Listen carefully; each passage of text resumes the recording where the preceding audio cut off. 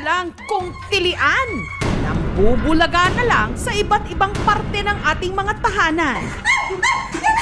Nagsusumiksik din pati sa Huwag kang gagalaw, huwag kang gagalaw. tenga, Huwag kang, kaya Leo, ang balikat mo. Ayan na, nagalaw kay Leo. Tiisin mo.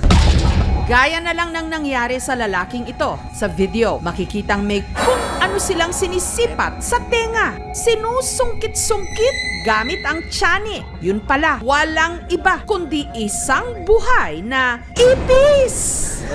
Yeah, nice. Oh, wait lang.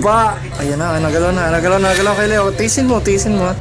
Si Leo, ang biktima ng ipis. Kaawas ko lang sa trabaho. Sobrang pagod ko. Pagpasok ko sa kwarto, nakatulog na ako. Biglang parang may sumuot sa loob ng tenga ko. Aray ko!